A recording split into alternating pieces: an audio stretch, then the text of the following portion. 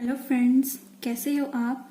I hope आप सब स्वस्थ होंगे, अच्छे होंगे और अपने अपने घर पर बैठकर अपने आने वाले एग्जाम की तैयारी कर रहे होंगे। तो चलिए आज की क्लास शुरू करते हैं एक एनर्जी के साथ। और आज हम पढ़ेंगे गेस्टोल्ट थ्योरी के बारे में। आज हम पढ़ेंगे गेस्टोल्ट थ्योरी के बारे में। गेस्टोल्ट थ्योरी को हिंदी में भी गेस्टोल्ट ही कहा जाता है। इसको लिखा जाता है, देखिए, गेस्टोल्ट सिद्धांत। तो गेस्टोल्ट सिद्धांत किसने दिया था, गेस्टोल्ट की थ्योरी क्या है। तो गेस्टोल्ट एक स्कूल है जिसे कहा जाता है गेस्टोल्टवाद, जो एक स्कूल है जिसमें मेन 3 साइकोलॉजिस्ट हुए हैं, जिनमें वर्दीमर, कोहलर और कोफका। ये 3 ऐसे साइकोलॉजिस्ट हैं जिन्होंने गेस्टोल्टवाद में काफी काम किया है। लेकिन आज हम पढ़ने जा रहे हैं गेस्टोल्ट थ्योरी के बारे में। तो जानते हैं गेस्टोल्ट की थ्योरी क्या है। तो इसको देखिए, पहले इसके नाम जान लेते हैं हम कौन कौन से होते हैं। तो इसे कहा जाता है Gestalt theory of learning, Gestalt theory of learning. इनको हम हिंदी में भी देखेंगे। इसे कहा जाएगा गेस्टोल्ट सिद्धांत, सीखने का सिद्धांत। गेस्टोल्ट सीखने का सिद्धांत का सिद्धांत। और यह है, सेकंड नाम हम देखते क्या है। इसको इनसाइट थ्योरी भी कहा जाता है। इसको इनसाइट थ्योरी ऑफ लर्निंग भी कहा जाता है। Theory of learning. इसे हिंदी में क्या कहेंगे, इसे हिंदी में कहेंगे, जानते हैं इसको हिंदी में क्या कहेंगे। तो इसको हिंदी में हम कहेंगे अंतर्दृष्टि। अंतर्दृष्टि या फिर सूझ का सिद्धांत, या फिर सूझ का सिद्धांत। और इसको और भी कई नामों से जाना जाता है, जैसे होलनेस थ्योरी कह सकते हैं। इसको हिंदी में कहेंगे हम समग्रकार यानी कि समग्र आकार भी कह सकते हैं इसको आप, अगर अलग अलग बोले तो समग्रकार सिद्धांत। और इसे कोहलर का सिद्धांत भी कह सकते हैं, क्योंकि जो इनसाइट थ्योरी है वह दी थी हमारे कोहलर ने, और इसलिए इस थ्योरी को कहा भी जा सकता है कि कोहलर का सिद्धांत। क्या कहा जा सकता है, कोहलर का सिद्धांत। कोहलर का सिद्धांत। तो देखिए, हम पढ़ने जा रहे हैं गेस्टोल्ट की थ्योरी। तो अगर एक क्वेश्चन आ जाए एग्जाम में कि गेस्टोल्टवाद यानी गेस्टोल्टवाद एक स्कूल है, जैसे कि हमने पहले प्रीवियस वीडियो में, सबसे पहले वाली वीडियो हमने बनाई थी, तो उसमें हमने स्कूल के बारे में पढ़ा था कि साइकोलॉजी कुछ स्कूल होते हैं, जैसे कॉन्शियसनेस, फंक्शनलिज्म, स्ट्रक्चरलिज्म, बिहेवियरिज्म। इस तरह से हमने कुछ स्कूल पढ़े थे। तो उसमें हमने स्कूल एक पढ़ा था जिसका नाम था गेस्टोल्टवाद। तो इसका मेन फाउंडर कौन है, इस थ्योरी का हम फाउंडर जान लेते हैं कौन है। गेस्टोल्टवाद का फाउंडर अगर पूछ लें या फिर आपको कह दें कि इसका पिता कौन है, तो इसके पिता हैं मैक्स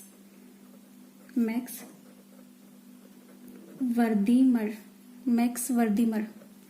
इसको हिंदी में लिखेंगे मैक्स वर्दीमर। अगर गेस्टोल्टवाद का फादर पूछे या फाउंडर पूछे तो नाम होगा मैक्स वर्दीमर। और यदि पूछे गेस्टोल्ट थ्योरी यानी कि इनसाइट थ्योरी का प्रतिपादन किसने किया था, तो उसके लिए 3 साइकोलॉजिस्ट आएंगे। और तीनों साइकोलॉजिस्ट में जो मेन इनसाइट थ्योरी का, अगर एग्जाम में 3 आ जाए साइकोलॉजिस्ट, मतलब 4 ऑप्शन आ जाए और पूछ लिया जाए कि गेस्टोल्ट थ्योरी में कौन से साइकोलॉजिस्ट को इंक्लूड नहीं किया जाता, तो वो 4 नाम दे देंगे, जैसे मैक्स वर्दीमर, कोहलर, कोफका, और एक नाम कोई भी दे देंगे, जैसे वुंट दे देंगे या फिर फ्रॉइड दे देंगे। तो वो पूछ लेंगे चारों में से कौन सा गेस्टोल्ट थ्योरी में नहीं होता। तो देखते हैं गेस्टोल्ट थ्योरी में 3 कौन कौन से आते हैं। एक तो हमारे मैक्स वर्दीमर, सेकंड आएंगे कोहलर, जिसको हमने अभी हिंदी में कर दिखा था, कोहलर, जिसका सिद्धांत हम अभी पढ़ने वाले हैं, जो मैंने उन्होंने सिद्धांत दिया था। और एक थे कुर्ट कोफका। कुर्ट कोफका, इसको हिंदी में एफ से लिख सकते हैं हम, कोफका। तो ये 3 साइकोलॉजिस्ट हुए हैं जिन्होंने गेस्टोल्ट में काफी अच्छा काम किया है। और जिस थ्योरी के बारे में आज पढ़ने जा रहे हैं उनमें सबसे ज्यादा योगदान इनका रहा है, यानी कि कोहलर का। कोहलर का इनमें बहुत योगदान रहा है। और उन्होंने एक थ्योरी दी जिसका नाम था इनसाइट थ्योरी ऑफ लर्निंग, जिसे हिंदी में कहेंगे अंतर्दृष्टि या फिर सूझ का सिद्धांत। तो जानते हैं कि क्या कहा गेस्टोल्ट में कोहलर ने। तो कोहलर का मानना था कि जो इनसाइट थ्योरी है वह क्या कहती है। उन्होंने कहा कि जैसा कि इसके नाम से ही पता चल रहा है हमें कि यह सिद्धांत के अनुसार किसी व्यक्ति को सूझ या अंतर्दृष्टि द्वारा सीखता है। मतलब कोई भी जो व्यक्ति है किसी भी सिद्धांत, किसी भी चीज को, किसी भी लर्निंग को या फिर कोई भी काम करता है तो किसके द्वारा सीखता है, अपनी सूझ के द्वारा, इनसाइट के द्वारा। उसके लिए उसके जो प्रीवियस अनुभव हैं, जो उसके पहले के एक्सपीरियंस है, पास्ट एक्सपीरियंस, वो काम नहीं आ रहे, यहाँ पर उसके काम आ रहे हैं इनसाइट, यानी कि सूझ उसके काम आ रही है। सूझ से ही एक इंसान सीख रहा है, सूझ से ही एक इंसान सीख रहा है। और यह सूझ ही इसे कोई भी कार्य को सीखने के लिए आवश्यक होती है। सूझ एक ऐसा वर्ड है इनसाइट जो कि अचानक से आता है। मतलब जो सूझ होती है वो अचानक से आती है। और इसको कोहलर ने एक वर्ड से डिस्क्राइब किया है, जो कि वर्ड को उन्होंने यूज किया है आहा। आहा एक्सपीरियंस का नाम दिया है उन्होंने। यानी कि इनसाइट अचानक से आती है, अचानक, एकदम से आएगी। ये नहीं कि वो स्टेप वाइज आएगी, धीरे धीरे आएगी, नहीं, सूझ एकदम अचानक से आती है। और इन्हें आहा एक्सपीरियंस कहा है। हिंदी में भी इसको ऐसे ही लिखा जाएगा, आहा एक्सपीरियंस को, अनुभव। तो इस तरह से इसको कहा जाता है। तो देखते हैं उन्होंने, कोहलर ने एक्सपेरिमेंट किए थे। किसके ऊपर एक्सपेरिमेंट किए थे? तो कोहलर ने एक्सपेरिमेंट किए थे एक चिंपैंजी के ऊपर। तो यह भी आ सकता है कि कोहलर ने किसके ऊपर एक्सपेरिमेंट किया। वैसे तो इन्होंने काफी पर एक्सपेरिमेंट किया, जैसे बंदर पर भी, मुर्गी पर भी, कुत्ते पर भी और चिंपैंजी पर भी। लेकिन जो इनका इनसाइट थ्योरी, जो फेमस हुआ एक्सपेरिमेंट इनसाइट वाला, वो इन्होंने किया था एक वन मानुष। हिंदी में हम उसको लिखेंगे वन मानुष, और इंग्लिश में हम लिखेंगे चिंपैंजी। चिंपैंजी एक वन मानुष है, एक बंदर है, जिसका नाम उन्होंने रखा सुल्तान। सुल्तान हम ऐसे भी याद रख सकते हैं, जैसे सलमान खान की मूवी है हमारी सुल्तान। तो सुल्तान पर, यानी कि जो था एक वन मानुष, एक चिंपैंजी था, उस पर उन्होंने अपना एक्सपेरिमेंट किया। तो जानते हैं उनका एक्सपेरिमेंट क्या था? तो ये सुल्तान था, इनको उन्होंने एक पिंजरे में बंद रखा, एक पिंजरे में बंद रखा और उनके पास कुछ ऐसी चीजें डाल दी जिससे को यूज करके वो अपना भोजन प्राप्त कर सकता है। तो इसको डिटेल में जानेंगे हम। देखिए क्या किया था उन्होंने अपने एक्सपेरिमेंट में। तो कोहलर ने इस चिंपैंजी पर, सुल्तान पर 2 तरह के एक्सपेरिमेंट किए। तो पहला एक्सपेरिमेंट था उनका जिसका नाम है experiment on stick problem. Experiment on stick problem, जिसको हिंदी में कहेंगे छड़ी समस्या। छड़ी समस्या का प्रयोग, यानी कि जो पहला एक्सपेरिमेंट उन्होंने किया था चिंपैंजी पर, उसका नाम है एक्सपेरिमेंट ऑन स्टिक। तो जानते हैं इसमें उन्होंने क्या किया था? उन्होंने, देखिए जैसा कि आपको फिगर में दिखाई दे रहा है कि एक चिंपैंजी है जिसे एक पिंजरे में बंद कर दिया। और इस पिंजरे को जैसे कॉलर बॉक्स भी कह सकते हैं हम। तो इस बॉक्स में उन्होंने एक चिंपैंजी को बंद कर रखा है जो कि भूखा है। और यह चिंपैंजी, देखिए जैसे कि ए में आप देख रहे हैं, चिंपैंजी के पिंजरे के बाहर कुछ केले पड़े हुए हैं, कुछ केले रखे हुए हैं जिन्हें वह प्राप्त करने की या इनको लेने की कोशिश कर रहा है किसी न किसी तरह से। तो देखिए उसके पास कुछ छड़ी भी पड़ी हुई है, वो पहले एक स्टिक से कोशिश कर रहा है उस केले को उठाने की, लेकिन उसका हाथ नहीं जा रहा, अभी भी वह बहुत दूर है। फिर वह बैठ जाता है कि वो एक और छड़ी इसको दिखाई देती है, तो दोनों छड़ी को पकड़ के बैठा हुआ, जैसे कि बी में हमें दिखाई दे रहा है कि उसके दोनों हाथों में छड़ी है, लेकिन उसे अभी भी समझ में नहीं आ रहा कि उन छड़ियों का वो क्या करे। तो उन छड़ियों से वो खेलने लग जाता है। तो खेलते खेलते अचानक ही उसके दिमाग में आता है क्यों ना मैं इन दोनों छड़ियों को जोड़ लूं और केले को प्राप्त कर लूं। तो खेल देखिए जैसे खेल रहा है, और सी में आप देख रहे हैं कि उन्होंने दोनों छड़ी को, चिंपैंजी यानी कि हमारे सुल्तान ने दोनों छड़ियों को जोड़ लिया है। और अब डी में देखिए उन्होंने उन दोनों छड़ियों को जोड़कर उस केले को प्राप्त कर लिया है। यह थी हमारी पहली समस्या जो कि कोहलर ने एक चिंपैंजी के सामने रखी। तो उन्होंने चिंपैंजी के सामने रखी, तो यहाँ पर कोहलर कहना चाहते हैं कि कोई भी लर्निंग, कोई भी प्रयोग या फिर कोई भी चीज हम सीखते हैं, कैसे सीखते हैं, हमें उसकी आवश्यकता होती है सीखने की। उस टाइम पे जो प्रॉब्लम सिचुएशन हमें दे दी गई है उसमें हम अचानक से हमारे दिमाग में उसका सॉल्यूशन आता है, और फिर हम उस सॉल्यूशन को अप्लाई करके अपनी मंजिल को, अपने गोल को प्राप्त कर लेते हैं। तो यह तो था इनका पहला एक्सपेरिमेंट। पहले एक्सपेरिमेंट में उन्होंने क्या किया था, छड़ी दी थी, छड़ी को जोड़कर कोहलर के बंदर ने उस केले को प्राप्त किया। और दूसरा देखिए यहाँ पर देखते हैं दूसरा क्या था। दूसरा एक्सपेरिमेंट ऑन बॉक्स प्रॉब्लम, इसको हिंदी में हम कहेंगे बॉक्स ही कहेंगे, बॉक्स को तो हम बॉक्स समस्या का प्रयोग। तो इसमें क्या किया था, इसमें किया था कि एक, जैसे कि आपको फिगर में दिखाई दे रहा है कि चिंपैंजी को एक पिंजरे में बंद कर दिया है, एक रूम में बंद कर रखा है, और उसके आसपास कुछ बॉक्स पड़े हुए हैं। जैसे कि आपको दिख रहा है कि उसके आसपास कुछ बॉक्स पड़े हुए हैं, और इन बॉक्स को, जैसे कि चिंपैंजी को छत पर केले दिखाई दे रहे हैं, लेकिन वह उछल कूद कर रहा है उससे, लेकिन उसका हाथ नहीं जा रहा, वो तोड़ने में असमर्थ है केलों को प्राप्त करने में। तो चिंपैंजी के अचानक खेलते खेलते दिमाग में आया कि क्यों न मैं इन बॉक्स को रख के देखूं। तो पहले उसने एक बॉक्स को रखा, जैसे कि देखिए हमारे बी में दिखाई दे रहा है कि बॉक्स को उठा रहा है।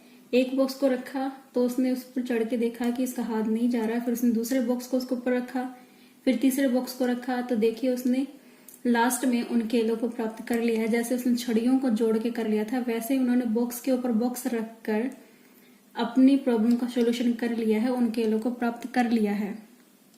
तो इसमें भी सेम वैसा ही हुआ कि उसको एक प्रॉब्लमेटिक सिचुएशन में डाला गया, एक समस्या वाली सिचुएशन परिस्थिति में डाला गया, और उसने दिमाग में अचानक से आया कि उसको कैसे वो केले प्राप्त हो सकते हैं। बॉक्सों को जोड़कर, बॉक्सों को एक के ऊपर रखकर वह उन केलों को प्राप्त कर सकता है। और यह सॉल्यूशन उसे कैसे आया, यह सॉल्यूशन उसे अचानक से आया, यानी कि उसकी सूझ ने अचानक से काम किया और अचानक से उसे सॉल्यूशन मिल गया अपनी प्रॉब्लम का, और उसने उन केलों को प्राप्त कर लिया। तो यह थे एक्सपेरिमेंट कोहलर के, जिनके अनुसार उन्होंने यह साबित क्या करना चाहता है इन दोनों एक्सपेरिमेंट के द्वारा। तो कोहलर यह साबित करना चाहता है कि कोई भी इंसान अपने एक्सपीरियंस से नहीं सीखता, पास्ट एक्सपीरियंस से नहीं सीखता। अगर उसके सामने कोई समस्या वाली परिस्थिति आ जाती है तो वह उस समय पर अपनी इनसाइट का यूज करता है, और अपनी इनसाइट के द्वारा वह तुरंत सही अनुक्रिया करता है, और इस तरह से व्यक्ति सही अनुक्रिया को करना सीख लेता है। तो क्या कहा था उन्होंने अपने इसमें, उन्होंने कहा सीखने वाला यानी कि लर्नर, सीखने वाले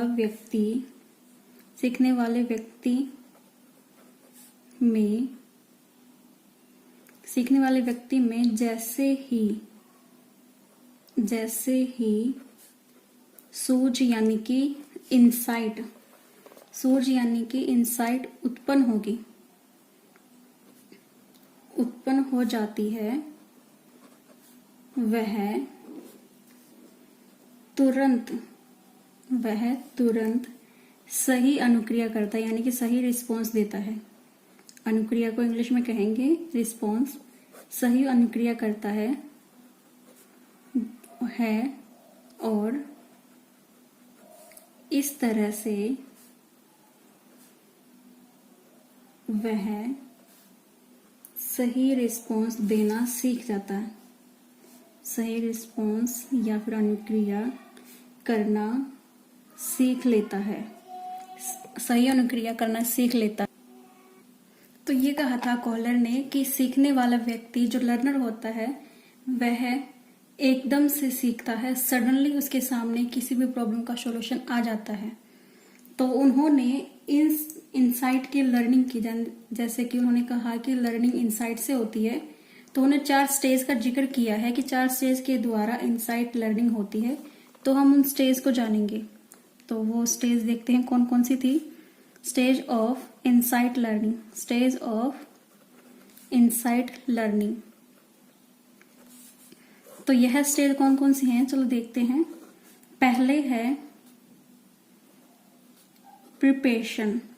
प्रिपरेशन यानी कि तैयारी करना या फिर तैयार होना, इस तरह से हम कर सकते हैं। इसको रेडी भी कह सकते हैं कि रेडीनेस, तैयार होना।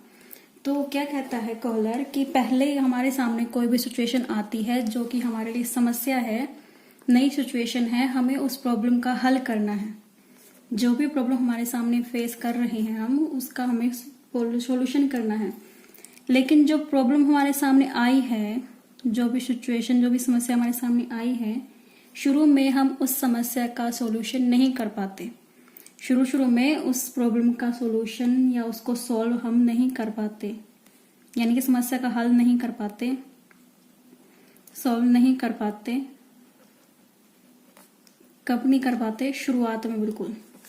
तो क्या करते हैं हम, जब प्रॉब्लम का सॉल्यूशन हम नहीं कर पाते तो हम क्या करते हैं कि हम इस समस्या से रिलेटेड जितने भी इंफॉर्मेशन हमारे पास होनी चाहिए, हम उस इंफॉर्मेशन को कलेक्ट करने लग जाते हैं। उस इंफॉर्मेशन को हम लेने लग जाते हैं, इकट्ठा करने लग जाते हैं। किसको? इंफॉर्मेशन को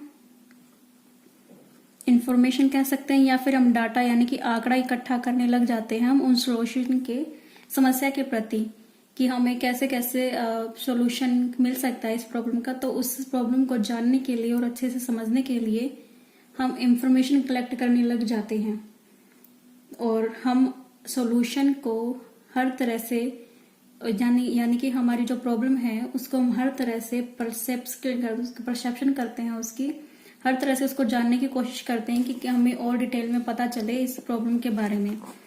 तो प्रिपेयरनेस यानी कि यहाँ पर हम सॉल्यूशन तैयार करने की कोशिश कर रहे हैं। हम उस प्रॉब्लम को अच्छे से जानेंगे, उसको टुकड़ों में समझेंगे, या फिर जैसे उसको हर चीज को पूरी तरह से हम इस प्रॉब्लम को समझेंगे। पहले में हमने क्या किया, प्रॉब्लम को हम शुरू में सॉल्व नहीं कर पाते, हम इंफॉर्मेशन इकट्ठा करेंगे इस प्रॉब्लम के प्रति। और सेकंड पार्ट में उन्होंने कहा इंक्यूबेशन। यहाँ पर क्या होता है इस स्टेज में, उन्होंने कहा कि देखिए जैसे कि हमें सॉल्यूशन तो मिला ही नहीं था अभी तक, तो यहाँ पर हम प्रॉब्लम को एक तरह से होल्ड पर रखेंगे। प्रॉब्लम पुट ऑन होल्ड, यानी कि हमें सॉल्यूशन तो मिला ही नहीं है तो हम थोड़ा सा इसको होल्ड पे रखेंगे, अभी बनाए रखेंगे। प्रॉब्लम तो अभी है, हमने सॉल्यूशन नहीं खोजा है, लेकिन जैसा कि मैंने कहा यहाँ पे हमने होल्ड पे रख दी, यानी कि अभी रोक दिया है उसको। लेकिन फिर भी उस प्रॉब्लम के बारे में हमारे अनकॉन्शियस माइंड में अभी भी कुछ ना कुछ चल रहा है, वह प्रॉब्लम अभी भी हमारे दिमाग में बनी हुई है। तो क्या कहेंगे हम यहाँ पर, प्रॉब्लम अनकॉन्शियस माइंड में। अनकॉन्शियस माइंड कौन सा होता है? जो अनकॉन्शियस माइंड होता है जो कि अभी एक्टिव नहीं है, थोड़ा सा नीचे जा चुका है, जो कि एक्टिव नहीं है। तो वैसे तो एक्टिवली हम इस पे काम नहीं कर रहे प्रॉब्लम पर, लेकिन अभी भी दिमाग में उस प्रॉब्लम पर काम हो रहा है, वो हम सचेत नहीं है, या फिर हमें नहीं पता कि प्रॉब्लम अभी भी दिमाग में चल रही है कि नहीं चल रही है, लेकिन कुछ ना कुछ तो प्रॉब्लम चल रही है दिमाग के अंदर। फिर थर्ड पार्ट में इन्होंने कहा कि इनसाइट, थर्ड में आती है इनसाइट, जिसको हम कहते हैं सूझ या फिर अंतर्दृष्टि। इसमें क्या होता है, जो अनकॉन्शियसली प्रॉब्लम हमारे दिमाग में थी, अनकॉन्शियस माइंड में प्रॉब्लम थी, वह प्रॉब्लम से रिलेटेड अचानक से हमारे दिमाग में सॉल्यूशन निकल जाता है। अचानक से हमारे दिमाग में सॉल्यूशन निकल जाता है और हम कहते हैं हाँ यस ये हो सकता है, ये सॉल्यूशन है। तो अचानक से हमें यहाँ पर सॉल्यूशन मिल जाता है। क्या होता है, सडनली एक चमत्कार जैसे होता है, एक चमत्कार या फिर हम कहते हैं मिरेकल हो जाता है और हमें सॉल्यूशन मिल जाता है, और हमें सॉल्यूशन मिल जाता है। जैसे कि उस चिंपैंजी को मिला था कि देखो थक हार कर वो बैठ गया था। इस जो हमारी सेकंड वाली थी इंक्यूबेशन, यहाँ पर जो भी व्यक्ति होता है वह निष्क्रिय हो जाता है, निष्क्रिय यानी कि अब वह काम नहीं कर रहा होता प्रॉब्लम के ऊपर, लेकिन फिर भी उसके अनकॉन्शियस माइंड में प्रॉब्लम तो बनी हुई है, प्रॉब्लम तो अभी भी है क्योंकि सॉल्यूशन नहीं हुआ। तो तीसरे स्टेज में इनसाइट उसे आती है, सडनली उसे अचानक से आता है कि हाँ इस प्रॉब्लम का ये सॉल्यूशन हो सकता है, तो क्यों ना मुझे ये सॉल्यूशन करना चाहिए। तो जैसे बंदर चिंपैंजी था हमारा सुल्तान, वो खेलते खेलते एक सॉल्यूशन प्राप्त करता है। खेलते खेलते अचानक से उसे आता है कि क्यों ना मैं इन दोनों छड़ियों को जोड़ कर केले ले लूं, क्यों ना मैं इन दोनों तीनों बॉक्स को एक के ऊपर एक रखकर अपने केले को ले लूं। तो इस तरह से सडनली उसे सॉल्यूशन मिला अपनी समस्या का। तो इनसाइट यही कहता है कि सडनली एक चमत्कार के जैसे होता है और हमें सॉल्यूशन मिल जाता है। तो थर्ड पॉइंट हमारा क्या कहता है कि सडनली हमें सॉल्यूशन मिलता है। तो फोर्थ में हम क्या करेंगे, फोर्थ में हम करेंगे वेरिफिकेशन। क्या करेंगे, वेरिफिकेशन यानी कि जांच, हिंदी में इसको कहेंगे जांच। यानी कि जो सॉल्यूशन अभी हमें मिला था अचानक से, जो हमारे लिए एक चमत्कार से कम नहीं था, उस सॉल्यूशन को अब हम इस्तेमाल करके देखेंगे, उसे अप्लाई करके देखेंगे क्या वह सॉल्यूशन सच में काम आया है।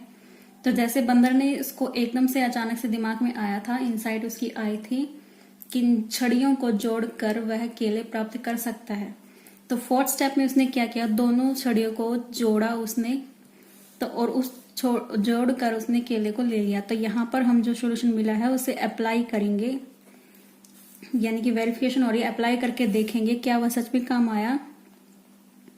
अप्लाई करके देखेंगे कि सच में वह काम आया कि नहीं, काम आया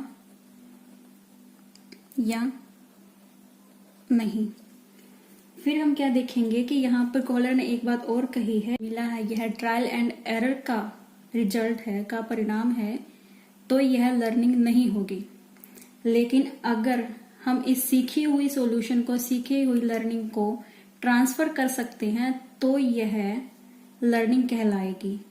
तो यहाँ पर उन्होंने कहा कि अगर सॉल्यूशन में ट्रांसफर का गुण है, ट्रांसफर का गुण है, तो यह सॉल्यूशन सही है, तो यह लर्निंग है।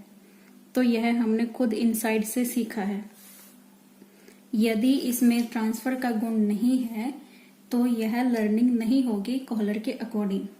तो ये थे 4 स्टेप जिनमें हमने एक्सपेरिमेंट में भी देखे कि फर्स्ट स्टेप में क्या करता है, बंदर भूखा है, हमारा सुल्तान चिंपैंजी भूखा है, लेकिन उसकी समस्या क्या है, उसे पाना है केले को, उसे पाना है केले को, लेकिन वह केले हैं उसकी पहुंच से दूर, वह उन्हें प्राप्त नहीं कर सकता। तो यह है उसकी प्रॉब्लम कि उसे केले को लेना है लेकिन उसकी पहुंच से बहुत दूर है, वह उन्हें उठा नहीं सकता सीधे।